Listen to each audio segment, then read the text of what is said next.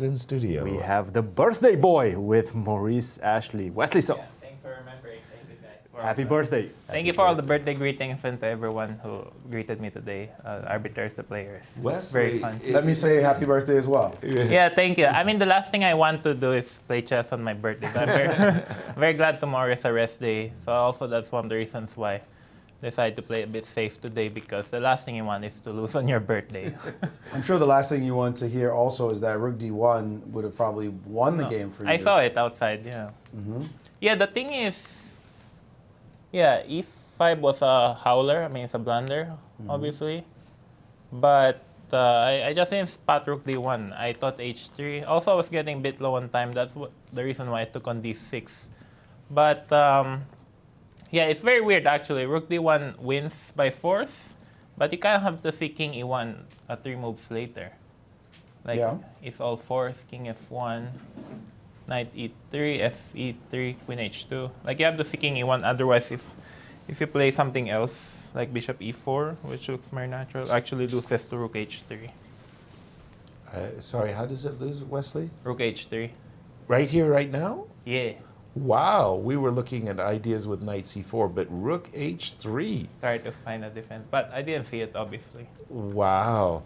But you needed to see spot King E1, right? Which Yeah. Yeah. Yeah. That's much more clean. That's the right move, Yeah, right? somehow Rook D1, Rook H6. Yeah, Rook D1, Rook H6, King F1 can be seen. But yeah, Knight E3 is the only move, because if you don't take on E3, then Bishop E4 protects everything. Yeah, I just didn't see that you run. The king dance. Yeah, the king then, yeah. The- After Bishop E4, you're like super safe. The other move that Fabi himself had trouble explaining, he did see Rook G1, and he Yeah. thought that was good for you too. Did you see Rook G1? Yeah, I saw Rook G1, but actually after D5, if you let the engine run for a long time, it's not very clear. Okay. I think white is better, but not that much better, because the knights are well placed. Like, I was analyzing Queen C2. Yep. And then Which is the number one move of the engine, by the way. when black plays G6. And it's not. I mean, white is better, but also I have 2 double pawns, so this is not winning. Maybe like Rook D1 or some Rook D1.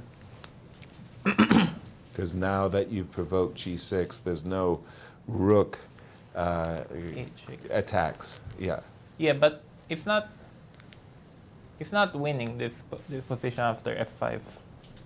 Wow. 2 bishops. Your bishop on A1 is alive. Huh? Yeah, that's true. But also the double pawns. Also, Remarkable. Black has some counterplay, like Queen E7. But yeah, Rook D1 was the missed chance. But Tell us, were you thinking when you took on D6 that you were relying upon ideas of bishop E5 as Ye- a defense, yeah? yeah, I thought it was winning at first, but black manages to save himself with Queen G5 and Queen H5. Right. Third, because now Rook H6 is a threat, so we have to take the draw. Exactly. Yeah, and then I had 25 minutes for 20 moves, so I thought I'll just force the draw. But because my first intention was, instead of E takes D6, my first intention was a move like H3, but after D5, white could even be worse. Mhm. So, because my bishop A1 is quite passive. So, but yeah, I didn't see move Rook D1. But the opening was very interesting. Like, also Rook E8, I didn't analyze Rook E8. From the early get-go. Yeah, and then this idea with B5 is fantastic. I think I shouldn't have allowed the double pawns. I should play Bishop E2. Were you familiar with B5? I'm familiar with the idea. It looks very strong, and it's the best move for black. So after A5, maybe B5 is interesting. Mm-hmm. But yeah, either case, I think white's advantage is not very big. I think here, I should play Bishop E2 instead to defend. Fabi praised your bishop D3 because he felt that in the game, had you played bishop e2, he wanted to play bishop d7. Yeah. So he thought when you played bishop d3 and he played bishop b7, he was actually afraid that you would go back with the bishop, and because you're a genius for having lured the bishop to b7. Oh, okay. He thought that was very clever of you. He had intended to meet bishop e2 with bishop to d7, Yes, and he probably thought that knight d7 and queen b8, he would round up the b pawn. Yeah, castle, queen b8, rook c1, knight bd5, queen c4. This was probably rook one of c1. his main positions. Yeah, he's right. It's probably just equal also. So, so in the opening, I could have played better. Maybe b4 was not the best move there. Okay. Maybe, but I mean, the thing is, like, I never expected him to play e5 later on in the end. Like, I was expecting f5. Right. So when he made the blunder e5, I just didn't know what to think anymore. How did you intend to meet f5, by the way? He had his ideas. Yeah, the idea is rook f8. I was gonna play rook g1, Rook g1. rook f8, queen b2. The idea is rook f6, king h1. This was the exact concept that he thought. He thought that you would get to a position of stasis and that somehow the double pawns, it would be like a good blockade, but a likely draw. Yeah, equal, huh? But the engine is giving blacks better. I'm not sure why.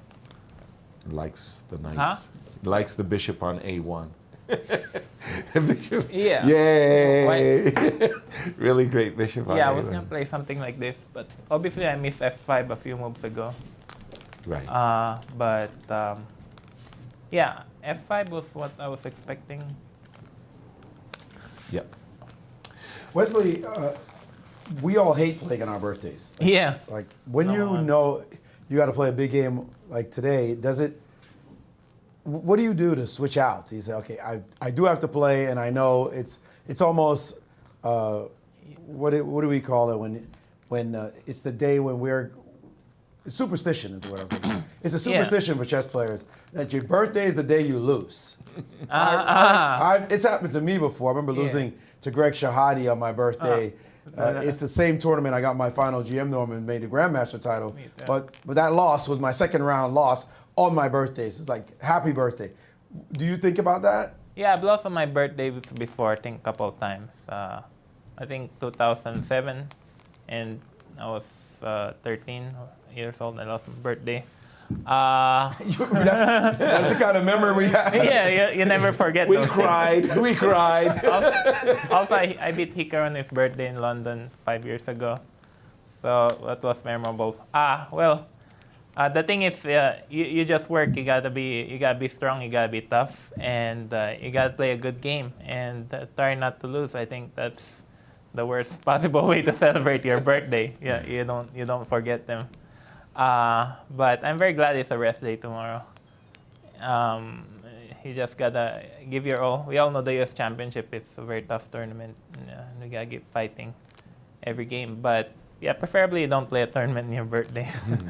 Wesley, you're the defending champion. You got 4 rounds under your belt in the open section. Which players, to your mind, standing out after 4 rounds? You're looking around at the competition. Your thoughts? Yeah, I think Lanier is very strong. He's improved a lot. He's played magnificent chess in the last 3 months. So he's a very, very strong player.